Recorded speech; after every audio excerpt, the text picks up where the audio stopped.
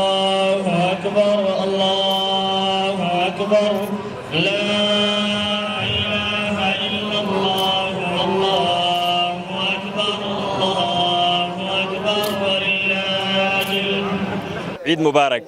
سهيها سفارة الصومالية ودن كينيا أنا قنصلك جودة سفارة ودنا علي محمد الشيخ علي البجدي أيام أنت كمنان مسلمين صومالية كانوا الحافظ الإسلامي مقالة نيروبي وحاول لقب قليتو كشدة لبدرك عيا صلاة عيد الأضحى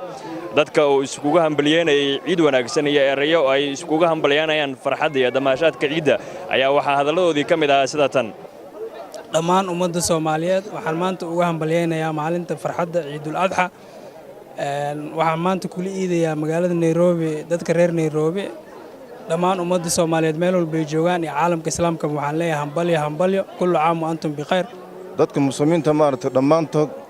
meel kasta joogan salaam ya maartay waxaan leeyahay kullu caam wa antum bi khayr ciid isfiican u dhacday runtii si wanaagsan dhammaan waxaan rajaynayaa ummadda Soomaaliyeed khayr iyo baraare iyo barwaaqo maanta waxaan ku ciiday isli aad baan ugu faraxsanahay waxaan leeyahay muslimiinta kullu caam wa antum bi khayr ciid mubaarak aad baan ugu faraxsanahay in aan maanta TV-ga siyaha safaaradda Soomaaliya ee wadankan Kenya ahna qonsulka guud ee safaaradda mudane Cali Maxamed Sheekh Cali Bagadi ayaa isna ugu hambaliyay ummadda Soomaaliyeed ciid wanaagsan alxamdulillah wasalaatu ala rasulillah wa ba'd Allahu akbar Allahu akbar Allahu akbar sida arkaysaan maanta waa ciid ah waa maalintii ciidii Carafa waxaan ku tukanay xaafadda Isli ee Soomaalidu degan tahay gaar ahaan Isli waxaan leeyahay dhammaan ummadda Soomaaliyeed meel kasta oo caalamka joogta gaar ahaan kuwa xiriyaha qaxootiga ku nool ciid mubaarak ku ciida farxad iyo reyn kullu caam wa antum bikhair ciidan ilaahay lagu gaarsiiyo bash iyo barwaaqo waxaan ugu baaqayaa inay gacmaha isqabsadaan laabtu isu furaan iscafiyaan ay ka shaqeeyaan midnimadooda